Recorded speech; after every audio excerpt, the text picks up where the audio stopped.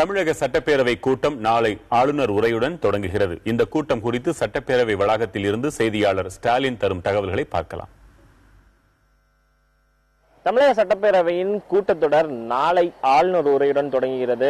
15வது சட்டப்பேரவையில் ஆளுநர் ரோசையா தன்னுடைய முதல் உரையை தொடங்க உள்ளார். நாளை காலை 11 மணிக்கு தமிழக சட்டப்பேரவை கூடுகிறது. இந்த கூட்டத்தொடரை பொறுத்தவரை பல்வேறு முக்கியமான விஷயங்கள் ஆலோசிக்கப்படலாம் என்று எதிர்பார்க்கப்படுகிறது. குறிப்பாக தமிழக ஆளுநர் ரோசையா நாளை தன்னுடைய உரையை நிகழ்த்த உள்ள நிலையில் அந்த உரையில் பல்வேறு முக்கியமான விஷயங்கள் இருக்கலாம் என்ற ஒரு எதிர்பார்ப்பு தொடர்ச்சியாக இருந்து வருகிறது. அந்த ஆளுநர் உரையை பொறுத்தவரை கடந்த 5 ஆண்டுகளில் தமிழக அரசு என்ன மாதிரியான திட்டங்களை கொண்டு வந்துள்ளது, அந்த திட்டத்தின் செயல்பாடுகள் என்ன, அந்த திட்டத்தின் நிலை குறித்து தன்னுடைய உரையில் அவர் நிகழ்த்துவார் என்று எதிர்பார்க்கப்படுகிறது.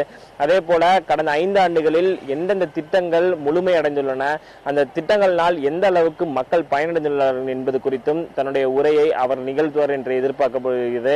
இது தொடர்பாக பல்வேறு விதமான தகவல்கள் தலைமைச் செயலக வட்டாரங்களில் உலாவிக் கொண்டிருக்கின்றன. குறிப்பாக இந்த கூட்டத்தொடரை பொறுத்தவரை ஆளுநர் உரை முடிந்த பிறகு நாளை மாலை அலுவல் ஆய்வு கூட்டமானது சபாநாயகர் முன்னிலையில் நடைபெறும். அதன் பிறகு அந்த ஆளுநர் உரை மீதான விவாதங்கள் எத்தனை நாட்கள் நடைபெறலாம் என்று சபாநாயகர் முடிவெடுப்பார்.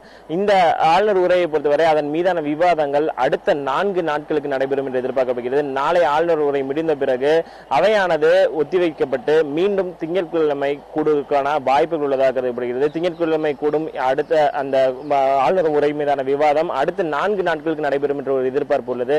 அது மட்டுமல்லாமல் இந்த கூட்டத்தொடர் முடிவடைந்த பிறகு வருகின்ற ஜூலை முதல் வாரமோ அல்லது 2வது வார காலத்திலோ தமிழக அரசின் நிதிநிலை அறிக்கையானது தாக்கல் செய்வதற்கான வாய்ப்பு உள்ளதாக தலைமைச் செயலக வட்டாரங்கள் தெரிவிக்கின்றன. புதிய தலைமுறைக்காக ஒளிப்பதிவில் சிவராஜுடன் ஸ்டாலின்.